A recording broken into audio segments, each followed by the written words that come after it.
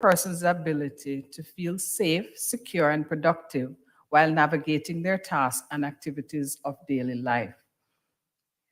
It must be noted that there are other pieces of legislation which include sexual harassment in it, but the distinction is that this particular bill is only about sexual harassment, and it goes into details as to how it can be dealt with within certain circumstances. So the bill seeks to prevent sexual harassment by providing specific requirements for a variety of entities to put in place policies and procedures to deter sexual harassment and for dealing with such conduct. In addition, it provides a process and legal remedies in circumstances where a person makes a sexual harassment complaint. Sexual harassment is unwanted or unwelcomed behavior of a sexual nature that is offensive, humiliating, or intimidating, or that creates a hostile environment. The conduct can be verbal, it can be physical, it can be by gesticulation, it may be subtle, it may be direct, it can occur in person, face to face, electronic, etc. Anyone can experience sexual harassment regardless of their gender, sex, social status, age, or other personal characteristic.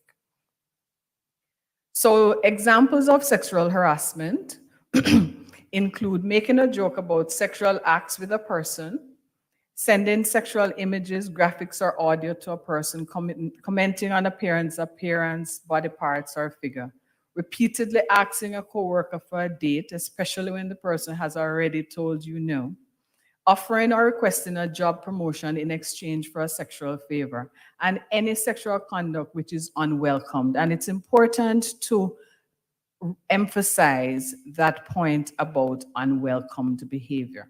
Of course, this list is not exhaustive, but those are just a few examples. So in general, sexual harassment is a pervasive global, regional, and community issue. We have heard a lot about it over the last couple of years, particularly, and it affects both males and females. It has significant psychological, social, and economic consequences. Dr. Bodden, who is here this evening, will talk about some of those psychological consequences. It is discriminatory, prohibited, illegal, and a violation of persons' rights. I'll just bring your attention to some of the facts that we have. These are global statistics, not necessarily Cayman, but we do know from surveys that have taken place here that many of these actually also relate to Cayman. So 1 in 4 women have experienced sexual harassment in the workplace. 1 in 10 men have also experienced sexual harassment. 25% of men are concerned about being falsely accused of sexual harassment. And we know that that has been a concern sort of voiced by a number of persons. So the proposed bill protects all persons living, visiting, or working in the Cayman Islands. In particular, it places specific responsibilities on employers and employees, institutions, members of qualifying bodies, associations, charitable and non-for-profit organizations, employment agencies, persons involved in the transaction of goods and services, and landlords and tenants, and of course, any third party to the aforementioned. So basically, you can see that all sections of society will be impacted by this bill. The key characteristics of the bill. It provides a definition and examples of conduct and circumstances which would constitute sexual harassment.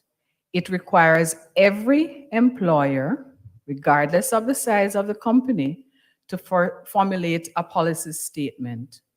It prohibits employers and employees from committing acts of sexual harassment. It outlines the employer and employee obligations and duty, and it imposes sexual harassment liability on an employer under certain circumstances. In addition, it requires institutions to have a policy to protect employees, students, children, residents, or clients. It prohibits sexual harassment in the provision of accommodation, goods, services, or facilities, including landlord and tenant transactions. And it requires different bodies to also have a policy. So there is also a sample sexual harassment policy attached to the bill. So we're not expecting people to go out and just make up their own. We have actually assisted by providing a sample, which can then be adopted. The bill also provides a procedure to make complaints of sexual harassment to the Gender Equality Tribunal. And that tribunal will do the hearing and resolution of such complaints, including orders and costs that may be imposed. And I'll talk a little bit about that later on.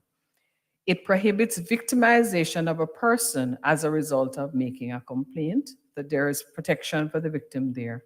And it provides confidentiality and a limitation on publication of details pertaining to cases appearing before the tribunal. Employer responsibility. All employers, regardless of the size of the business, will be required to issue a sexual harassment policy to their employees. The proposed bill, as I said, has an attached schedule that can be used to make that policy. And there will be an appropriate period to allow for preparation and formulation of policies before the commencement of this act. So again, we would not be expecting businesses to, have a policy tomorrow if we started the commencement of the act today. There will be a period of time that will be given by the government to make sure that people can be in compliance with the act. So another question that has come up repeatedly is if street harassment or public harassment is covered. The bill does not apply to street or public harassment, although we do recognize that this is a concern, but it prohibits a person offering a service or good to members of the public to sexually harass a customer or client. The bill seeks to protect persons by creating a safe workspace and anywhere where services are offered and received by segments of the public. This includes institutions, residential and business accommodations, and facilities, such as places providing financial services, recreation, entertainment, food, transport, care services, religious activities, etc. So the question again could be asked, but what about just joking? Is that sexual harassment? Now, sexual harassment involves changes to cultural and social norms. And in the Caribbean, we know that there are many of those sort of norms that have stood time and time and time again. But there is a chance to change these. Sexual harassment encompasses a wide range of inappropriate, unwelcome, and unwanted conduct or acts. If the joke is of a sexual nature, it can be considered sexual harassment. While it is possible that the person who is being accused of sexual harassment may intend for their conduct to be taken as a joke, this is not enough to preclude them from impeding on the rights of another person. So hence, yes, joking can be considered sexual harassment. So some fears and myths that people have had is about the misuse of the act. The provisions are designed to discourage and prevent the misuse of the act, and I'll talk about one of those later on as well. There is victim protection, and there is that confidentiality. I know that the fear of the lack of confidentiality is one of those things that concern persons, but the publication of details pertaining to cases are limited and breaches are subject to a penalty. The complaints procedure is as follows. The complaints will be investigated by officers of the Department of Labor and Pensions, and a report will be compiled, and that will be submitted to the Gender Equality Tribunal. The tribunal can compel the provision of documents and other information from any person who the tribunal has reasonable grounds to believe can assist in making a determination on the case. The Gender Equality Tribunal is a quasi-judicial body which can conduct a hearing and make legal orders. However, it is important to note that all internal mechanisms for resolving a claim must first be exhausted before submitting a complaint to the tribunal. So it is expected that the person who has a complaint would have gone through the mechanisms within their company and gotten, well, some sort of resolution. If they're not happy with that resolution, then they can then make a claim to the tribunal. Complaints made on behalf of a person other than the individual who is alleged to be the victim of sexual harassment must have the consent of the alleged victim. And the time period for complaints is 18 months from the alleged incident of harassment. The findings of the tribunal. So the tribunal may stipulate that the complainant's allegations are substantiated or unsubstantiated. The tribunal also has the option of dismissing the complaint under certain circumstances. The tribunal can make an order or declaration that may be appropriate having regard to all the circumstances surrounding the complaint. For example, the respondent can be ordered to not repeat or continue the behavior, or to perform any reasonable act or course of conduct to redress any loss or damage suffered to the complainant. Another order that the tribunal can make is the respondent can be ordered to pay damages to the complainant by way of compensation up to $20,000. These are just a few of the orders that the tribunal has at its disposal. The tribunal may decide against commencing proceedings or may discontinue proceedings if the complaint is assessed and found to be frivolous, misconceived, lacking in substance, or vexatious. So the complainant in that case can be ordered to pay the cost incurred by the tribunal and those of the respondent up to $10,000. So this is one of the ways in which the bill discourages the misuse of its provisions. And a person who fails to comply with an order of the tribunal commits an offense and is liable on summary conviction to a fine of $5,000 or imprisonment for a term of 1 year or both. We have had some feedback on the bill already, and under consideration at the moment are minor amendments to definitions to add clarity, removal of educational institutions from the bill because we believe that some of this might be covered in anti-bullying legislation, which is also being formulated. There are a number of clauses that we may also amend based on the feedback that has been received so far. And organizations and associations have been combined as one section, for example.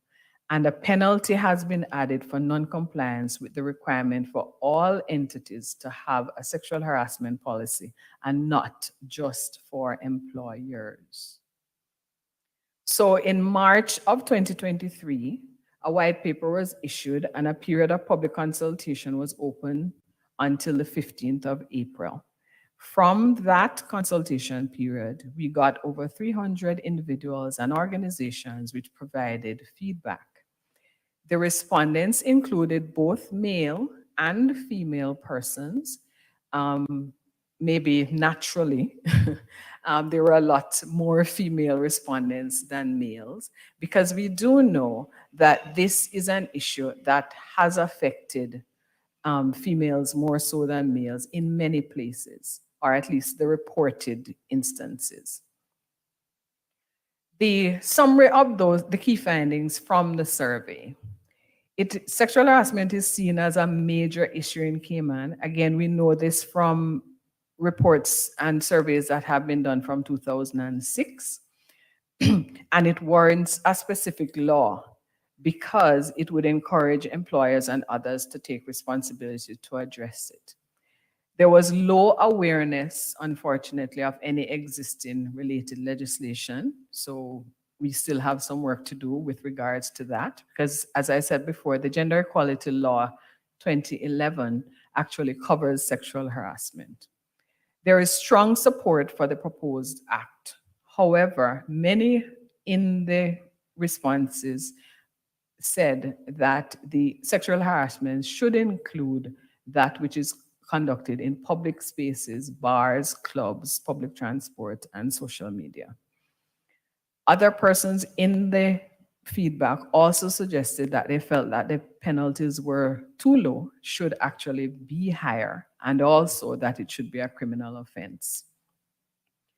Respondents were somewhat divided on whether employers should be held responsible for sexual harassment in the workplace, and there was low confidence that employers would be able to resolve sexual harassment disputes among employees. So that may show a need for some training, etc., and other supports.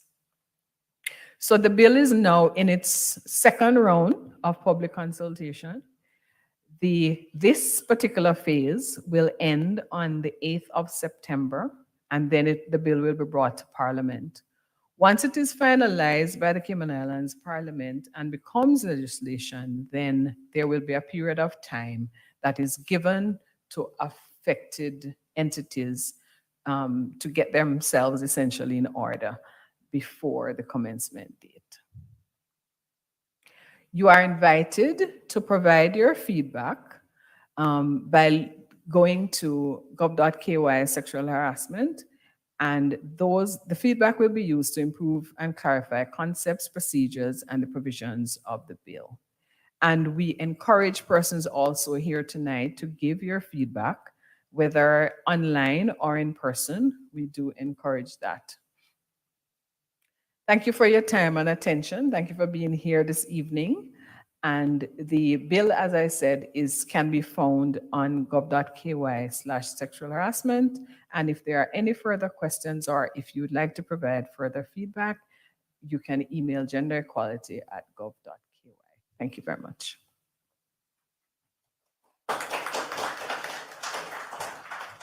Thank you, Ms. Bramwell, for providing the overview of the draft bill. At this time, we move along to a panel discussion, and we would also like to remind our listeners and viewers that you can submit your questions online. We are monitoring the space just to make sure that if you have any questions, we'll address it tonight, as well as those in person. We have a roaming mic. Should you have a burning question, please don't be afraid to indicate by way of hand, and we will come to you and address those questions at the convenient time.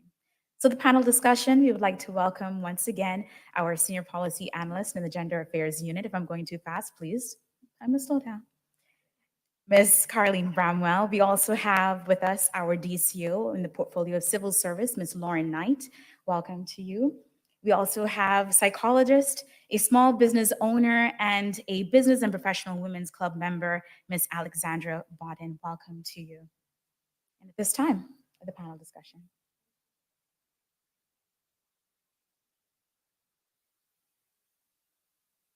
I'll invite Lauren Knight to give a few words on the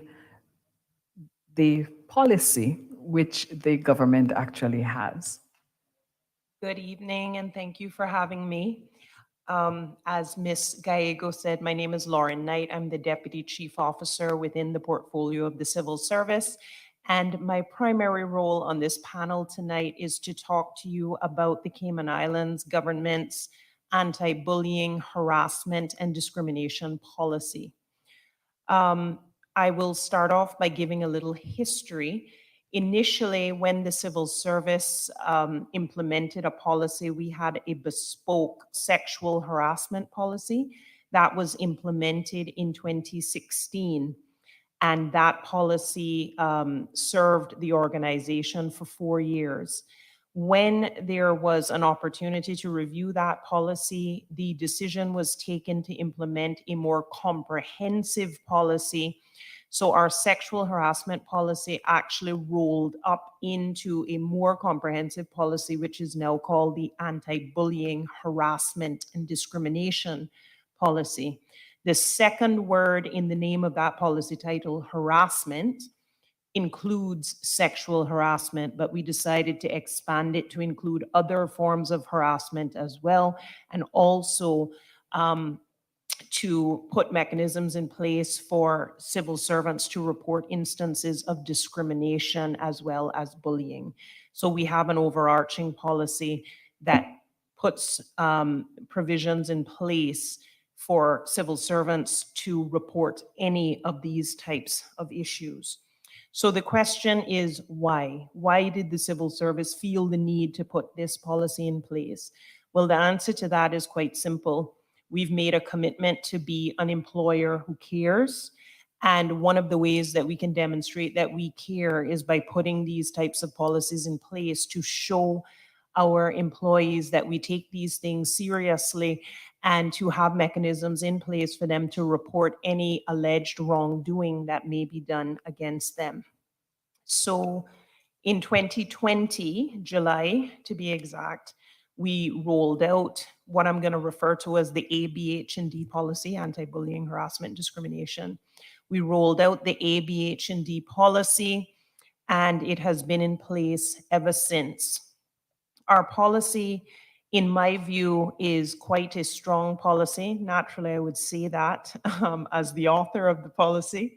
But I feel it is a robust policy, and I'll speak to the process momentarily that we went through to develop the policy.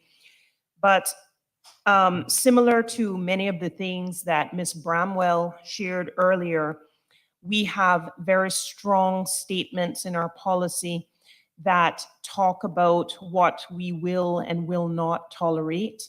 We outline the expected behaviors of all civil servants, as well as we define very clearly the roles of certain individuals within the organization and the expectations. So in terms of our purpose statement, we specifically say that the purpose of our policy is to define and provide examples of bullying, harassment, and discrimination, reinforce appropriate behaviors that are expected within the workplace, outline the responsibility of employees, managers, and supervisors, human resources, and other individuals that are possibly involved in BH&D, whether they are the victims or witnesses. And the policy, most importantly, provides a framework and guidance for employees to aid in identifying, handling, reporting, and resolving alleged occurrences of BH&D in the workplace. We have defined what each of those things mean, and we've provided very specific examples of what might constitute BH&D. We went a step further and defined what does not constitute BH&D, because as some employers might be aware, certain standard managerial actions are sometimes misinterpreted as bullying. So we felt it very important to also specify what, in our view, we do not consider to be BH&D activities. Contained in our policy, we have 14 very strong policy statements, and these include things like saying that our senior committed to establishing and maintaining an environment where BH&D is not condoned. It goes on to speak about the responsibility of all employees, specifically stating that all employees, regardless of their position or title, are expected to play a role in preventing and identifying cases of BH&D. and further states that prevention is most easily achieved by each employee if they conduct themselves in a manner consistent with the CIG's code of conduct and values. We, similar to what Ms. Bramwell said, we also explain in this policy that complainants are required to make their complaints in good faith. Otherwise, complaints are not meant to be vexatious or malicious. And similar to one of the final statements she made, we also have provisions for disciplining those persons who make malicious or vexatious complaints. So where we find that a complaint was not submitted in good faith, we have mechanisms to address that as well. In terms of the process that we went through to build out this policy, initially it started with research, and we looked heavily to the UK to see what they had done in terms of policy in this area. Specifically, we leaned on the CIPD, the Chartered Institute of Personnel and Development, and we looked at some sample materials that they had. With that, we began drafting the policy. Then we entered into a consultation season, similar to what is being done right now.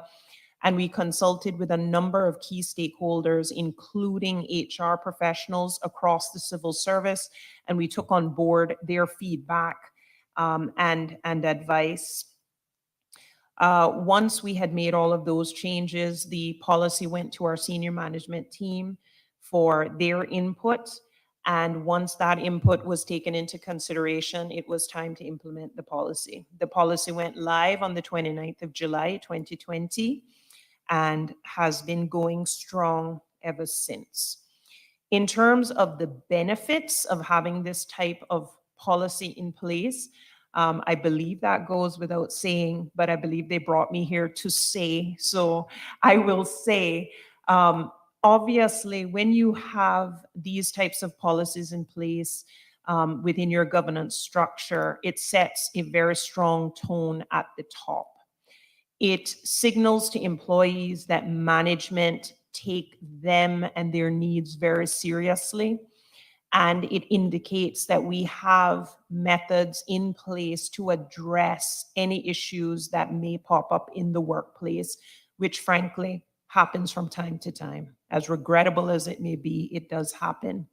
So it sends a very strong message to the employees that we are in fact an employer that cares, and that they do have a way to report any alleged instances of bullying, harassment, and discrimination.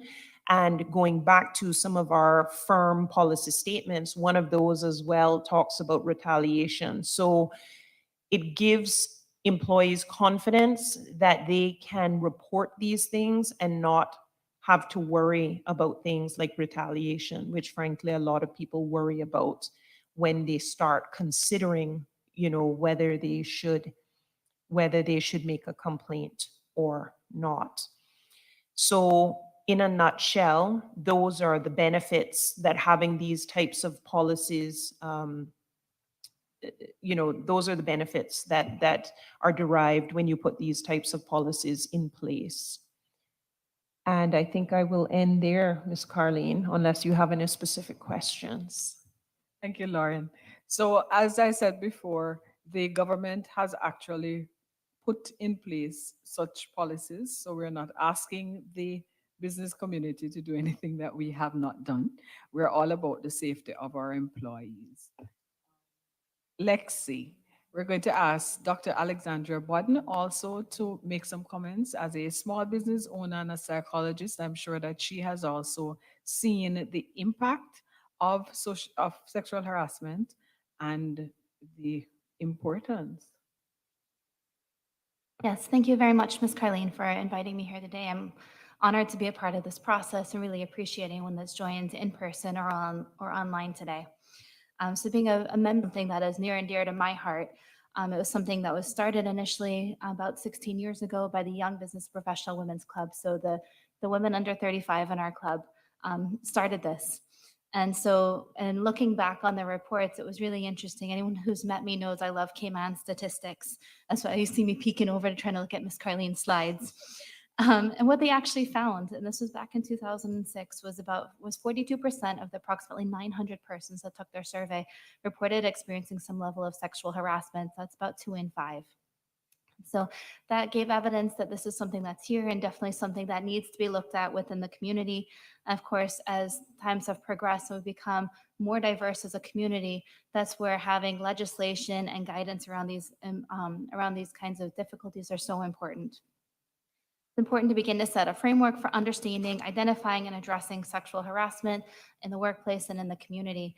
With having such a diverse community and so many different people from different backgrounds, it's really helpful to have in black and white what is, and as Ms. Lauren said, what is not sexual harassment. It begins to codify it, begin to give us black and white guidance on what is not, as well as ways of being able to move forward as well.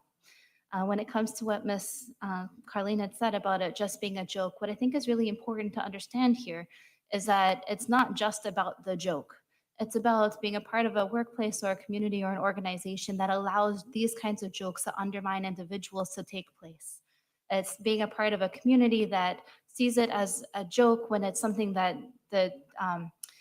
dehumanizes or criticizes or belittles another member of the community. So really, it's not just about that one incident. It's about the much bigger picture, which I think is really important to take into consideration with this.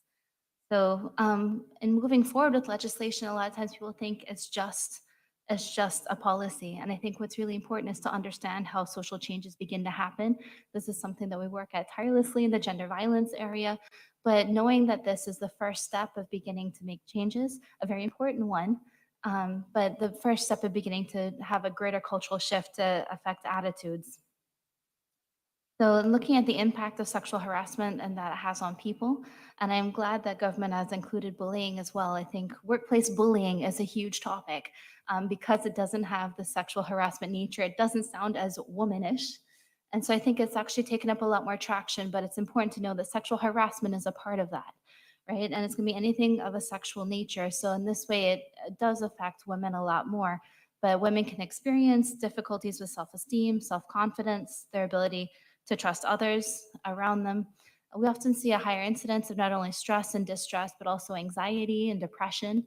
We see this not only in the short term when it's first experienced, but longer term as well. There's going to be longer term rates of depression as these kinds of patterns take place, and especially as there's a cumulative effect on the person involved.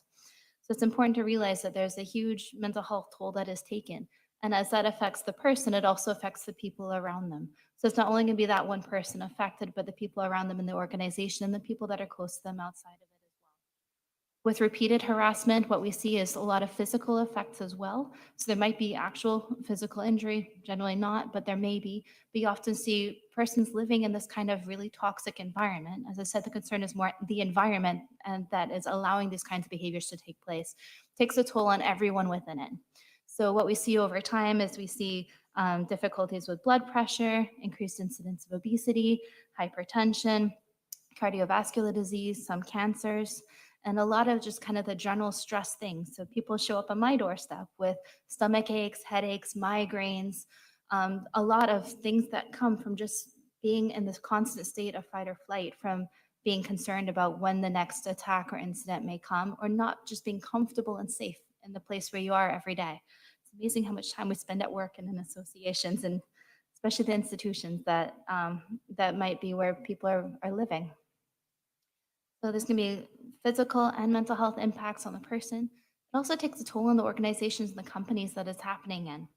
So in one of the studies I looked up, 1 in 4 people said they were sexually harassed in the workplace in the last 5 years, had negative impacts on their employment and career as a result of it. And so persons who experience sexual harassment may use sick leave and annual leave to avoid harassers in the workplace. They'll start avoiding social situations and activities that could have been used to build social networks and career progression. And they may ultimately leave either their workplace and or the field. You know, in Cayman, some career fields are very small. So that may mean they actually change careers because of it. So it's important to realize not only the loss of productivity from that person, but ultimately the loss of productivity overall.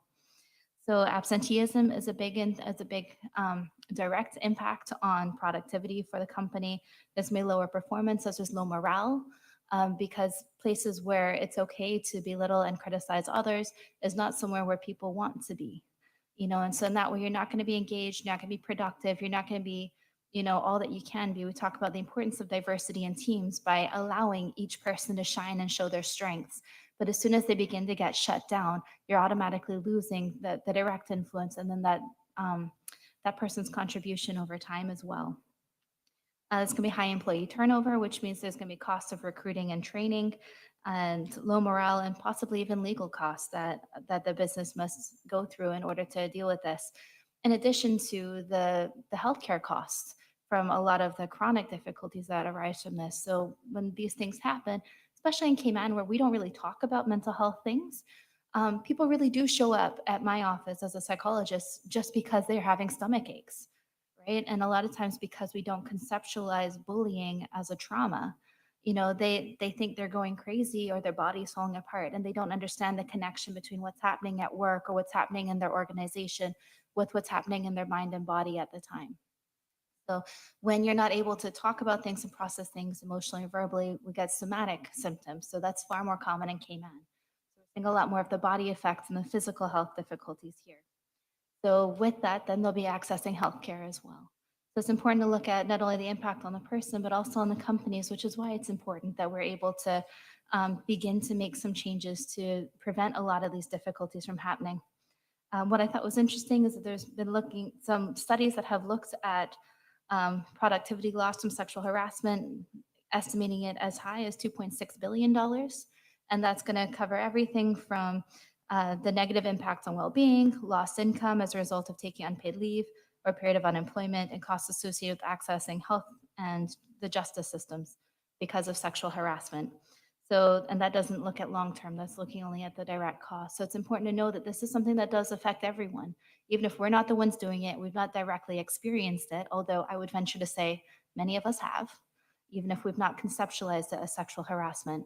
And so that's why it's important for all of us to take a step towards beginning to look at this bill and beginning to take steps in our everyday lives to begin to make changes. The importance of this legislation is huge. As I said, it is just the first step, but it is the first step. And so we need to see if we can make this as effective and practical for everyone as we can. So I encourage everyone to have a look through it.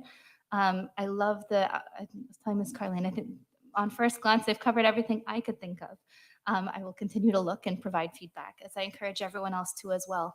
But it's the first steps of providing a tangible framework for understanding what sexual harassment is. It provides accountability for everyone, right? So it gives the person to experience it a way of accessing support. For companies as well, it gives us a way of being able to have a plan. When these things come up, what is sexual harassment? What will I do at that time, right? It's never helpful to do things after the fact. So if we can make a plan and have a process in place, and that's what's going to be most helpful, which ultimately will help with liability as well. So that way, even if things don't go as planned, you do end up at the Gender Equality Tribunal, you've got a clear plan of this is what happened, this is what we did, and this is what we did, and this is how we address the concerns. That way, it provides protection, hopefully for the persons, but also for the company too. So it really is in everyone's interest. It provides a framework for safety and respect. Ultimately, that's what it comes down to. When I say this is the first step, this is often how change comes about within especially diverse societies, where it starts with codified laws and ways of preventing the negative discriminatory behaviors from happening. It compels us to change our behaviors, which hopefully then will help to change attitudes so that hopefully ultimately we'll have a much safer and more respectful community for everyone that respects everyone's rights. As people are able to be safer and more engaged, they're going to be more productive, and it will help to not only make the workplace better for them, it also helps protect the reputation of the company as well. Happy employees are more productive and will share about what's going on. Likewise, if things are not good, they will share, especially in Cayman, so it helps protect the reputation of the company. And it's going to be important for all of us to provide feedback on what has worked, especially companies like government has gone ahead and put theirs in place. It's helpful to hear what has worked, what has not worked in Cayman. And I keep saying that because I know a lot of times we do take our policies from other places. And so things are different in Cayman. So it helps to adapt everything to what happens here and how things play out so that it's going to be most effective. And the better first step that we can have, the better this will be in the long run. So it's really important for all of us to have a look, provide feedback, what has worked, what has not worked, and for each of us to take a step towards beginning to make the changes. Interestingly, what has the most impact is not even going to be just having this, but what studies have shown it's actually going to be something called the bystander intervention, something that we use a lot with gender violence, but it's actually having each person, as I like from Ms. Lauren's presentation, each person's responsibility in making a difference in the culture of the community and of the organization that they're a part of. So when you hear a joke, step in, say that's not okay, and shut it down and take a step and direct the conversation, the communication in a different direction. So that way it begins to communicate that we're not going to support that. That's not okay here. And it helps to build a more friendly and more supportive and more respectful culture. So it's up to each of us to make a difference with it, as well as managers training and really having the managers buy-in, which is where having input from all the different kinds of organizations, whether you're a small 4-person one, up to the ones that have hundreds, to hear what it's like for us and how this can be most helpful and the best implemented. So I'm most excited for the long-term benefits from this, but definitely encourage everyone to have a read and provide feedback so this can be as helpful as possible as we can begin to make these exciting changes that we've been looking forward to. Thank you, Ms. Knight and Ms. Bodden for providing insight into the impact and progress on this issue of national concern. At this time, we'll go into our segment of Q&A, and I will take the opportunity of opening the floor at this time. If you have a question, I will give you the preference, and we have a lot of questions online, and so we thank you for those questions, and we will try to get to those questions. We also have a lot of questions on the floor, and we thank you and appreciate you. There is a roaming mic, and so I believe the first question is indicated from this side.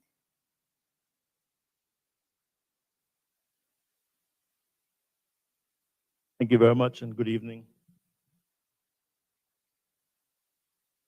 Again, I appreciate all the effort, and I'm speaking really from my former director of labor, but also a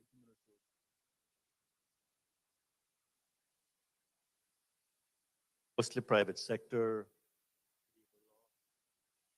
act application. I have a couple of quick questions looking at just perusing the bill. And first of all, section or clause 7 of the bill talks about the liability of employer. I found that to be very interesting because it says an employer is liable for an act of sexual harassment committed by the employer's employees and agents only if it is proven that, and it goes on to point A and point B.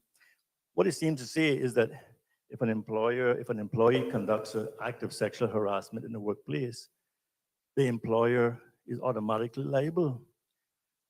I wonder why that is the case, and if there's any sanctions for that employer, because an honest employer could be unknowing about this incident that's happening in the workplace, but all of a sudden, according to this bill, clause 7, that employer is liable. So I just wanted to table that question for discussion. The other thing that I noticed of interest,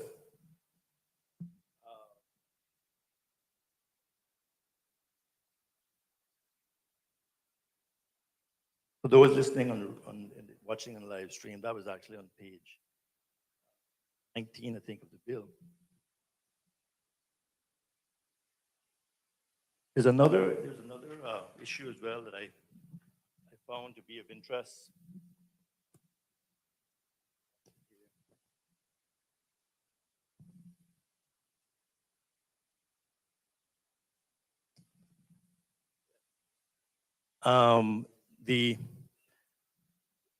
And I pose this question because as a former director of labor, I don't think that the situation has changed a lot. There's always been the issue of having the time that it takes for matters to be, for a complaint to be put, for it to be assessed, for it to go to a tribunal, and these tribunals are all volunteers. and for the tribunal to actually have a hearing and issue a ruling. And so I see in this bill that on clause 25(1), it says, after a hearing, the tribunal shall, in writing. I just wondered if there was a time frame, because this could go on ad nauseum infinitum, as has happened in many cases with the existing labor tribunals when there's no time frame. And so in the case of a sexual harassment matter, the longer it drags on, the more reputational risk you have for the employer and the employee and the victim as well. So I have the question about those particular two clauses, but it also leads me to the other issue of resources. What resources are going to be available? I heard in the presentation, Ms. Bramwell mentioned that the Department of Labor and Pensions would be doing the investigations of the complaints on behalf of the Gender Equality Tribunal or agency. And I want to know whether that was feasible, because they have a full load right now, and I know they have difficulty keeping up with their workload.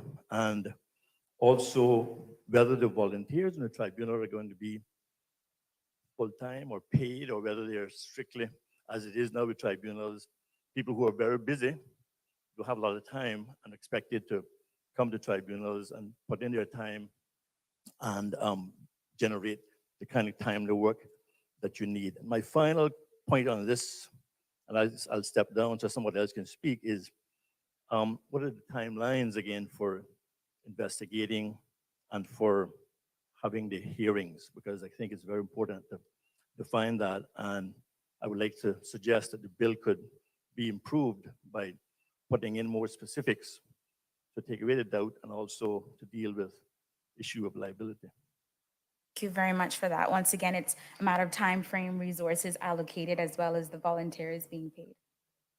We try and get to a number of those.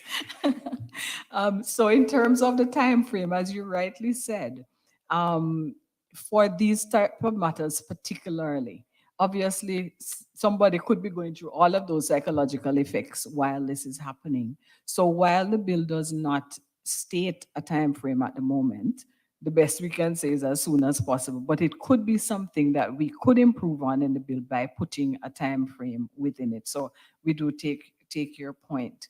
But again, as you also rightly talked about in terms of the tribunal and how those are made up, yes, at this moment, it is volunteer with people who are very busy. So again, there may need to be adjustments, whether in terms of numbers of tribunal members or also, maybe down the line, we'll get to the point where it has to be a structured sort of paid thing. Because in other jurisdictions, for example, it's more structured that way.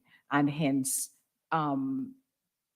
hearings happen quite frequently as well, depending. One of the difficulties, obviously, that we don't know at this particular moment is how many cases we are likely to get. So it's sort of a balancing act at the moment in sort of guessing what's the probability that we'll have this number of cases, and hence the resources then to address them. In terms of the resources of DLP, you are correct again. We know what their sort of workload is. We found, just looking across government, that would have been one of the entities that seemed to be best suited to do these investigations. I think it's intended that there would be more staff and specially trained staff to actually do these investigations, and hence to be able to move the cases along quickly as well. So all your points are noted, and there are things obviously that it will take money to do as well. We will take another question from the floor, but just want to remind you that we do have a frequently asked question. We have a frequently asked questions section on the website that if you want to review that first, we do have a lot of questions that are quite related to the frequently asked questions. So in the interest of time, we'll try to narrow it down to the important questions that we have here virtually. And I will take another question from the floor. Good evening. So one question I do have relates to what your comment, some of the feedback is, why does this not include street and public harassment? I did have a look through legislation to see what I could find that relates to sexual harassment that might cover that. And the only thing I could find that might potentially cover this would be in the penal code, which is insulting the indecency of a woman. But as you say, it's not only women who are victims, there are men. Is there any actual legislation either proposed in this or in other existing legislation that does cover sexual harassment in men, again, in public, in bars and nightclubs, etc.? And why is it not being included in this one as this does cover sexual harassment as a whole? Thank you. In relation to sexual harassment towards men, particularly, and you mentioned the indecency of a woman in the penal code. I know that there was a conversation, consultation, etc., that the Legislative Drafting Commission, I believe, had put out about a year or so ago to perhaps change that particular phrase to make it more gender inclusive. So that is something that I assume is under consideration. Within this law, no, you're correct. Street harassment is not included. And if it was a situation where it's a employee and employee that had any sort of incident within, because there is a context of the workplace, because they have that relationship, then that can be dealt with within the workplace, but not in another sort of situation. Thank you very much. I will take this opportunity to address some of the virtual questions that we have at this time. We do not want to leave any one of these questions out, but in the interest of time, we are looking at a question here. Will companies that already have policies that cover sexual harassment, like a code of conduct, need to rewrite them according to the sample the bill provides? That's a very good question. And we are happy to know that there are companies, global, and we know that there are global companies, local companies who have various policies like that. And we salute them for actually taking that step and going forward with that. It will not necessarily require a total rewrite in the format. We just want to ensure that all of the things that are in that sample and are included in the law are also in the company's policy. Here's another question. Just to clarify, if the removal from schools because of the anti-bullying legislation is at the student level, they're asking the staff would still have an internal policy as an entity? Yes. Just to add to that, if it's a government school, that's already covered under this policy. Okay. We have a lot of questions based on the timeline for how long the investigations into the claims will go forward. I believe that was addressed earlier. So I'll take another question from the floor. Go right ahead. Yes. That online question about educational institutions kind of segues into mine. Government schools will fall under government's policy, but we still do have tertiary level and also private schools that don't fall under government's policy, and also educational institutions that are statutory and not core government. And so my question to you is, why is it a blanket removal of all educational institutions in regards to this law applying to them, or is it just specific to government schools because you already have a policy? Just to clarify, the points that I'm making are under consideration. It's not necessarily a done deal. As the bill is written now, it actually includes all schools, um, right across the board. So it's just whether how it is then that we decide to whether rewrite that section or remove pieces of it or what. So it's not a done deal just yet. So we take your concerns into.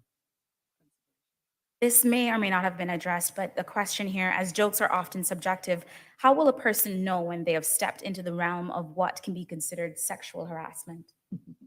I think the important part with that particular issue is it's the person who is experiencing the sexual harassment, the victim who basically determines or makes the other person aware that they have kind of stepped over.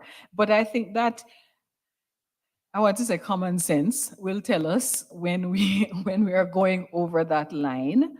Obviously, some people are more aware of themselves and other person's feelings than others. But I think it's important that if there is even the remote possibility that this is seeming offensive to somebody, whether it is by how they look, how they respond back to you, etc., or what they say, then that's the time to stop. If I may add, so I think that's where, especially in such a diverse community, it is really important to pay attention to the reactions that you're getting, because what might be considered a joke to one person could be very offensive or even scary or threatening to another. And so that's also where kind of the informal resolutions and stepping in and providing feedback can be really helpful. So if you notice that someone's not reacting in the anticipated way to the comments, maybe even if that person doesn't notice it and maybe the person experiencing it isn't in a position to speak up, if you could step in and be like, hey, I don't think that's going the way you planned, then that can be really helpful, because it does take time to figure out where the boundaries are at times. I will squeeze one last question here. Will there be any repercussions for someone who makes a false allegation? Yes, as I talked about in the orders that the tribunal can make, if that it has been found that the person has made a vexatious or frivolous complaint, the person can actually be charged, I think, up to $10,000 for that. Ladies and gentlemen, I just got an indication that we are out of time, and I really tried to squeeze these questions in. Thank you for the questions, both in person and virtually and online. The Cayman Islands government will be holding several district meetings over the next 4 weeks to discuss the proposed Sexual Harassment Bill 2023. Join the conversation. Questions and feedback may also be submitted ahead of the town hall to genderequality@gov.ky. That is, once again, genderequality@gov.ky. Thank you for watching on CIGTV and our YouTube and Facebook channels, Logic Channel 23, C3 Channel 3, and Flow Channel 106. Feedback will be gathered, analyzed, and incorporated into the draft sexual harassment bill for consideration by Cabinet and gazetted in the fourth quarter of 2023. Do we have any last and final comments? We just like to say thank you very much for the persons who attended today and for the questions that you have asked have given us a lot to consider. And also for those online, we see the number of questions. Clearly, this needed to be a longer session, but we're glad that there is interest in this legislation and that the public has seen the importance of it. And I'd also like to thank Lauren and Lexi for joining me this evening as well, and for adding their contributions to this. Thank you very much. Any words from you, ladies? All right. Well, thank you. Thank you once again to Ms. Caroline Bramwell, to Ms. Lauren Knight, and Ms. Alexandra Bodden for being here with us and providing this insight into this very important issue here in the Cayman Islands. Thank you to each and one of you that have been here in person and online. Until next time, I'm Shanda Gallego.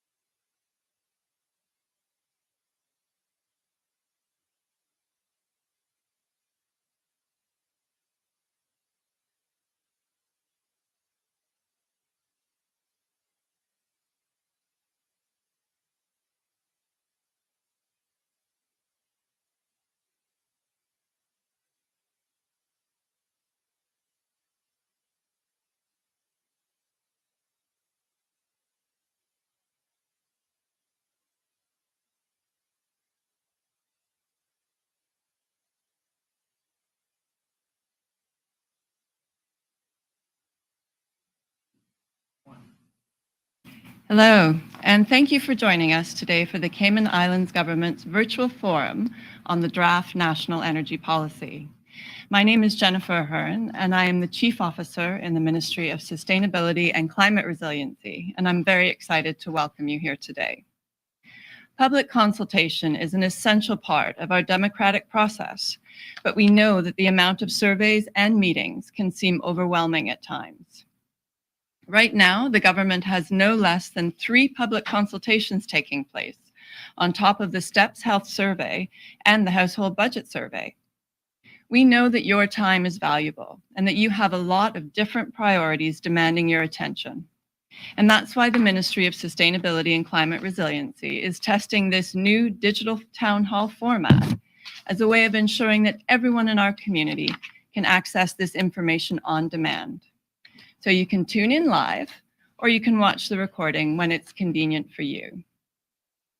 Over the next hour, you will hear from the Premier and Minister for Sustainability and Climate Resiliency, the Honourable Wayne Panton, the Deputy Governor, the Honourable Franz Manderson, and representatives from our ministry team, the Energy Policy Council, the Utility Regulation and Competition Office of the Cayman Islands, and the Caribbean Utilities Company. Throughout this presentation, you can submit your questions by commenting on the live streams on social media or by emailing us at energy@gov.ky. During the panel discussion at the end of the presentations, we are looking forward to answering as many of your questions as possible. And now, without further ado, I am delighted to welcome the Honourable Premier Panton to kick off today's virtual forum with his opening address. Premier.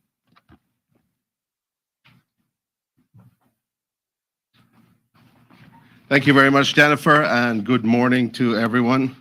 Let me add my welcome. We really appreciate you taking the time to join us on this very important discussion in relation to our national energy policy, 2023 to 2050. Thank you all again. I know some of you are on social media, some are on CIG TV, some on Radio Cayman. And hopefully you will learn a lot more about the draft updated national energy policy.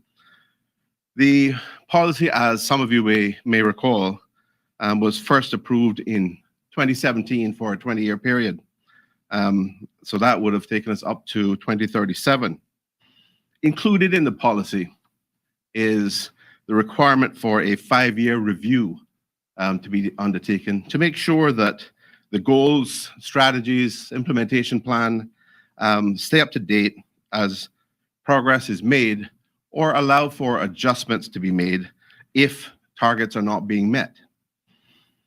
So later on in this presentation, you will hear more about the 5-year review process, how stakeholder feedback was being incorporated into the updated draft policy. So while a great deal has been achieved over the last 5 years, perhaps more so than some of us realize, we know beyond a doubt that we need to pick up the pace.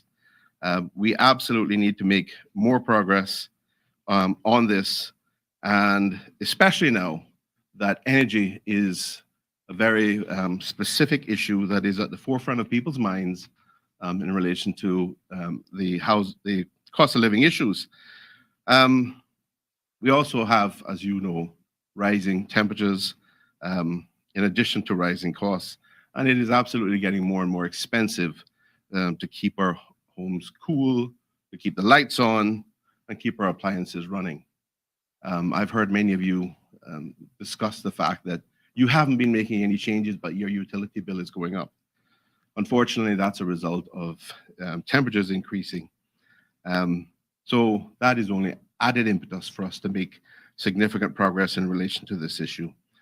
Over the past year and a half, the government has worked to try to address the rising cost of living issues through a number of initiatives and programs. And an early example of this was the Electricity Assistance Program, which we did last year in partnership with the local utility companies. That program and that initiative helped 22,000 households across the country across all 3 of our islands. And so a significant number of people benefited from that 7-month program.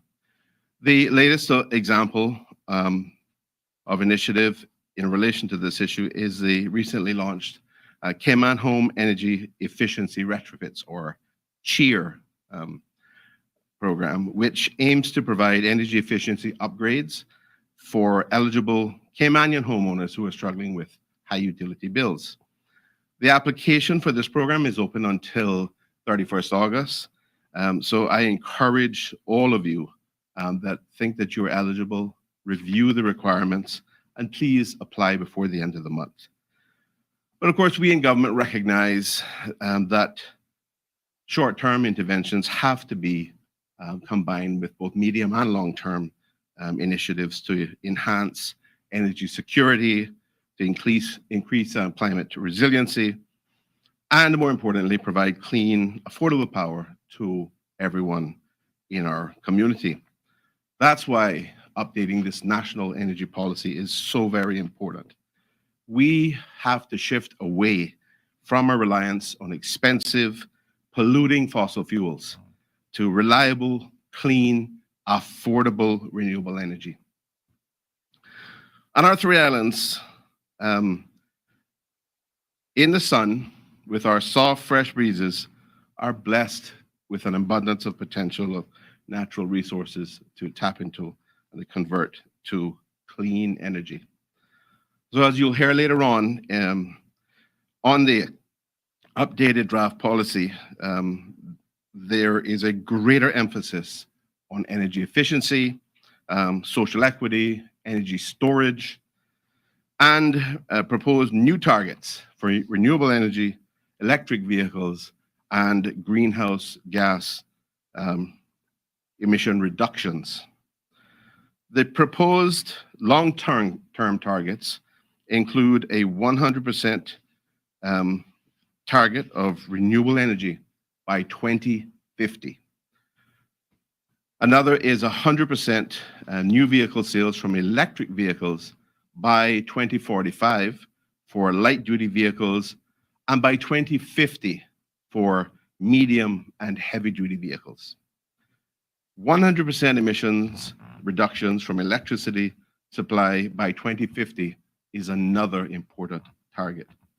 And last but not least, a 90% target of emission reductions from ground transportation by 2050.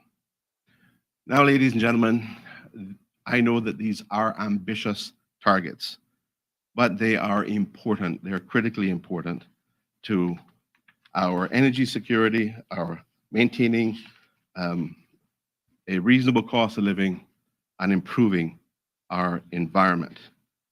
I'm sure that as you listen to the presentation today, you will have questions and you'll have concerns about whether those targets are achievable or how we meet those targets without driving up costs to the consumer. It is possible, and you will hear more in relation to that.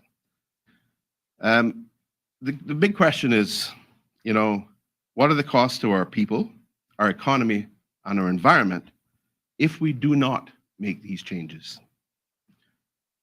When we have families whose homes are hot boxes because they're so inefficient, who cannot afford, and families who cannot afford to keep the air conditioning on for their elderly relatives or children with disabilities, then it's clear that business as usual is not going to work for us anymore. When I look ahead 27 years from now to the year 2050, I know what I want to see. I want to see a Cayman Islands which isn't continuously at the mercy of volatility in international energy markets or fuel markets. I want to see a Cayman powered by wind, by solar energy, possibly by wave energy. All things that our Creator has blessed us with. A Cayman where we do not have to dread the energy bill coming every month. At least we'll have more certainty as to what it looks like. A Cayman that has gone from being one of the highest emitters of greenhouse gases in the Caribbean to one of the most sustainable countries in the world. As I've said often, the Cayman I see as a trio of islands where all its citizens can thrive, a peaceful and prosperous place, known for its resourcefulness, its diligence, its excellence, and its innovativeness. In closing, I want to thank all of you for joining us here today, both those people in the studio as well as you who are watching. Importantly, please continue to watch. Please continue to engage. I want to thank the members of the National Energy Policy Committee. I want to encourage all members to read the policy for yourself. Go to www.gov.ky/National Energy Policy, and you will see the draft there. It is critically important to us. You'll find all the information there that you need to know about how this draft differs from the 2017 draft and how you can provide your feedback in respect to that. Please remember to send your comments through as well to the Ministry of Sustainability and Climate Resiliency, either by emailing energy@gov.ky or using the digital feedback form available on the website by the 31st of August, meaning make sure you get your comments in by the 31st. Thank you all very much. Have a wonderful day. God bless our wonderful Cayman Islands.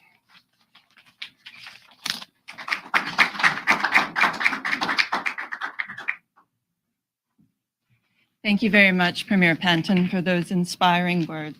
I'd now like to invite the Deputy Governor, the Honourable Frans Manderson, to come and offer a few remarks. VG. Good morning, everyone. I would like to echo the sentiments shared by Premier Panton and to assure him that we very much support his vision of what he would like to achieve, which he said very clearly this morning. I want to also thank Ms. Ahern and her team for putting on this program this morning. The public has been critical of the government and the civil service in the past for not allowing them opportunities to consult and to give their feedback. And today we have listened and we are doing things differently to make sure that everyone has the opportunity to comment and to provide feedback on this very important initiative. I had the opportunity to attend a public sector focus group as part of the 5-year review of the National Energy Policy in February. And I remember the challenge the Premier issued to the audience at that meeting. He said, will our children and grandchildren look back on these policies and dismiss them as nice words, worth less than the paper they are written on? Or will they look back and say that our actions matched our ambition? That is a very powerful statement and something that we should all take heed to and do our best to not disappoint our grandchildren. This is a challenge faced by policymakers across the Cayman Islands and indeed around the world. Successful policy achieves what it is set out to do, whether that is to achieve 100% renewable energy by 2050 or ensure older persons have the opportunity to engage in lifelong learning. Successful policy has the support of key stakeholders targeted by the policy. In other words, the people who are set to be most impacted by the success or failure of the policy. And successful policy has broad-reaching buy-in across each sector of our community, creating a ripple effect across our society when individuals and organizations outside of government can see the benefits of the policy in their own lives, communities, and workplaces. These are all reasons why public consultation is so critical to the policy development. Your input helps us better define the challenges we are trying to solve, helps us become aware of our blind spots and avoid unintended pitfalls, and helps us determine the matrix of success, not just from facts and figures perspective, but from the real impacts on you and your family. As a democracy, that is our civic duty. Our governance framework gives us a voice. It's up to each of us to use it. From this perspective of policymakers in the civil service, our responsibility is to engage in this dialogue, to listen to your comments, questions, and concerns, and to be transparent in how we use your feedback to refine our policies. That's our commitment as part of our purpose to make the lives of those we serve better. So my message today, my message to everyone joining us today is to take advantage of every opportunity to provide feedback on government policy, bills, and initiatives. Your input is an invaluable part of the process. We simply cannot do this without you. My message to all policymakers joining us today is to take all the steps you can to ensure you are not building policies in a vacuum. Breaking down silos is such an important goal for the civil service that is part of our performance review process. We have to continue to be collaborative and ensure cross-agency alignment whenever possible.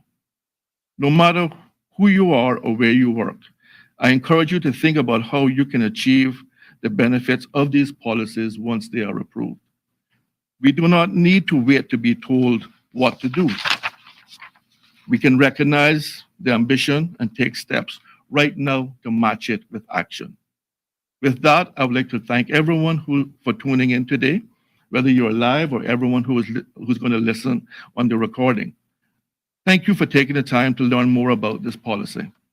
I encourage you to learn more about the other opportunities for public consultation, which is currently available by visiting www.gov.ky/public-consultations. Thank you and enjoy the rest of the presentation.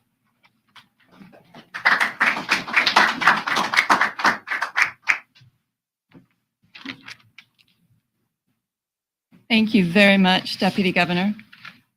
As the Premier mentioned, the National Energy Policy Draft 2023 to 2050 is an update of the 2017 to 2037 version of the policy. To produce this updated policy, the Ministry of Sustainability and Climate Resiliency and the Energy Policy Council worked with a consulting agency and public and private sector stakeholders to review the 2017 policy, discuss key concerns, and develop the revised policy and implementation plan. I'd now like to invite our Senior Policy Advisor for Energy, Ms. Kristen Smith, to the podium to share a bit more about the 5-year review process.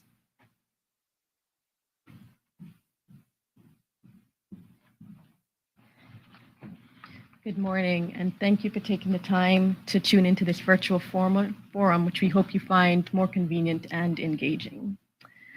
We started the 5-year review process in September 2022, and through a competitive bid process, we contracted the Cadmus Group as a technical expert to assist with the review. The first step in the process to update the National Energy Policy and the implementation plan was the drafting of the baseline report. Cadmus had one-to-one meetings with key stakeholders, monthly meetings with the Energy Policy Council, and bi-weekly meetings with the Ministry of Sustainability and Climate Resiliency to produce this report. This document synthesizes the global and regional context that influence the Cayman Islands energy sector, summarizes the policy context of the country's energy sector, and provides an overview of energy use. It also benchmarks policy and implementation plan against 4 island nations: Hawaii, Barbados, Bahamas, and the Republic of Marshall Islands. Lastly, the baseline report presents a quantitative analysis of progress towards meeting the policy targets. The document is available to download on gov.ky/National Energy Policy, along with the updated draft policy and implementation plan and other helpful resources. The 5-year review process also involved extensive stakeholder engagement with the public and key stakeholders. We hosted a public feedback survey from December 2022 to January 2023, which had 395 respondents. We held 2 half-day focus group meetings in February with approximately 80 members of the public sector, which included chief officers and heads of department on day 1, and 70 members of the private sector on day 2.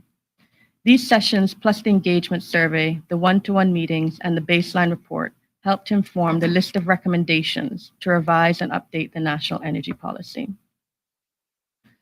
The survey revealed some important insights from the public. The overwhelming majority of respondents said they would support policies to reduce the use of fossil fuels. The vast majority also said they would support policies to reduce carbon emissions. And most respondents were also willing to adopt a variety of technologies and modes of transport in their personal lives. From the survey focus group sessions and one-to-one meetings, we identified some key themes that form the basis of the main recommended changes that have been incorporated into the draft updated National Energy Policy and Implementation Plan. The 5-year review also had a strong focus on implementation. The next speaker will delve more into the details as to what these recommendations were and what the proposed 5-year priorities are for the 2023 to 2027 period. In conclusion, I want to encourage everyone to visit gov.ky/national energy policy, check out the documents we have available for you to download, and to please provide your comments by the 31st of August deadline, either via the survey link, which is on the website, or emailing us at energy@gov.ky. Thank you, and we look forward to hearing your questions and comments.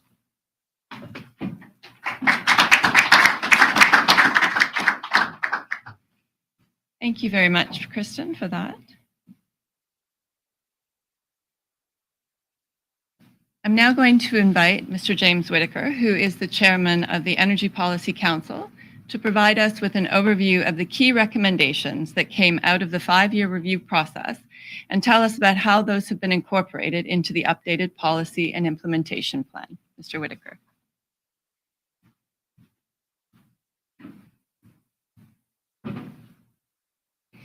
Thank you very much, and good morning, Cayman. As chairman of the Energy Policy Council, I'm very pleased to be here today to provide additional information on the draft and updated policy and implementation plan. And I look forward to answering your questions when we move into the question and answer phase of this virtual event. I'm going to quickly run through the key recommendations that Kristen mentioned and explain how they have been incorporated into the updated policy and implementation plan. During the 5-year review process, stakeholders expressed an interest in incorporating additional energy resiliency measures in the updated policy. Key changes include exploring opportunities for microgrids at critical infrastructure like hospitals, schools, and water services, incorporating physical and cybersecurity standards for electricity infrastructure and data management. Stakeholders also advocated for a greater emphasis on social equity to provide greater access to renewable energy technology, training, and job opportunities for all members of society.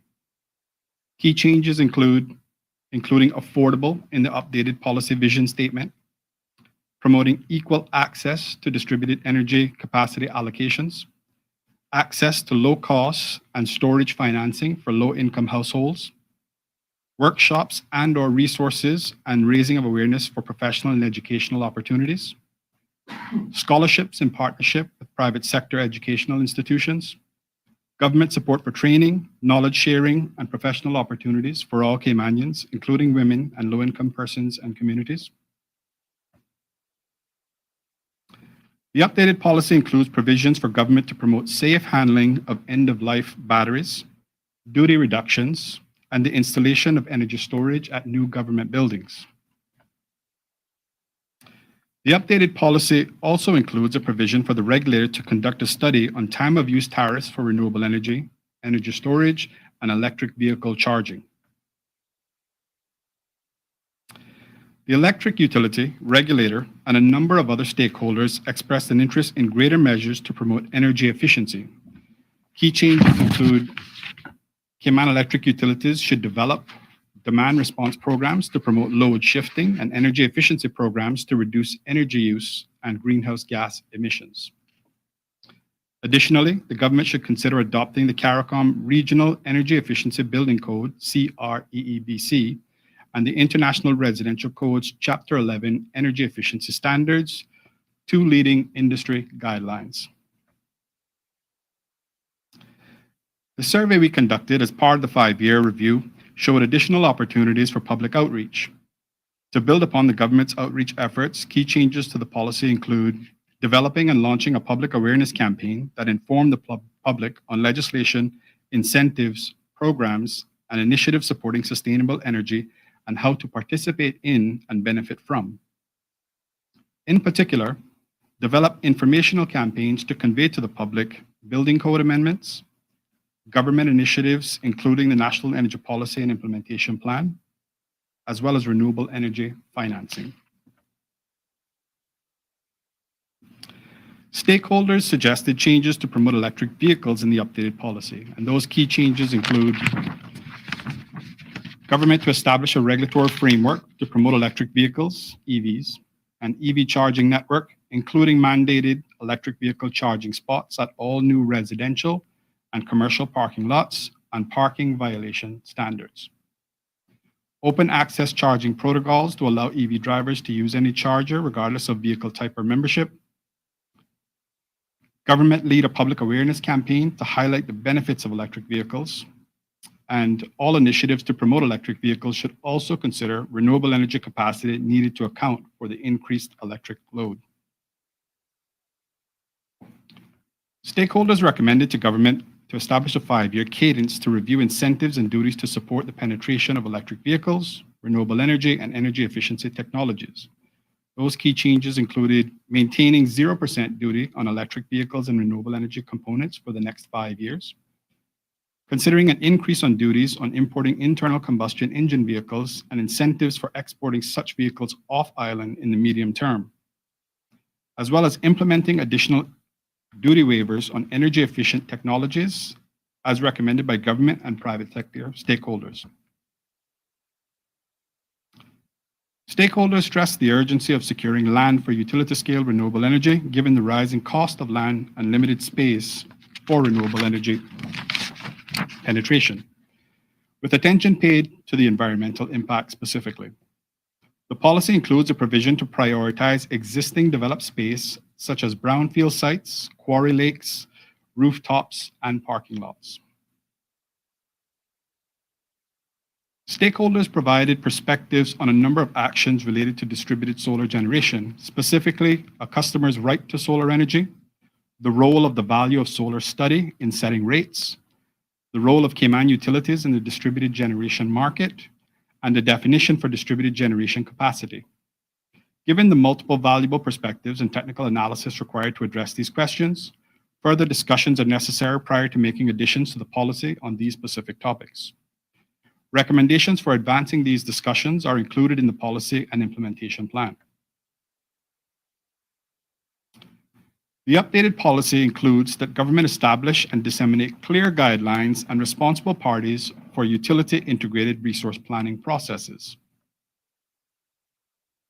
A quantitative model was utilized to analyze the targets and make any recommendations and revisions necessary.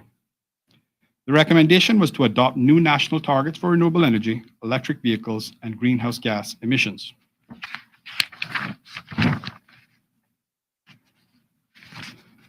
The current policy has a goal of 70% renewable energy by 2037. The updated policy keeps this goal, but also proposes an interim target of 30% by 2030 and a longer-term target of 100% renewable energy by 2050.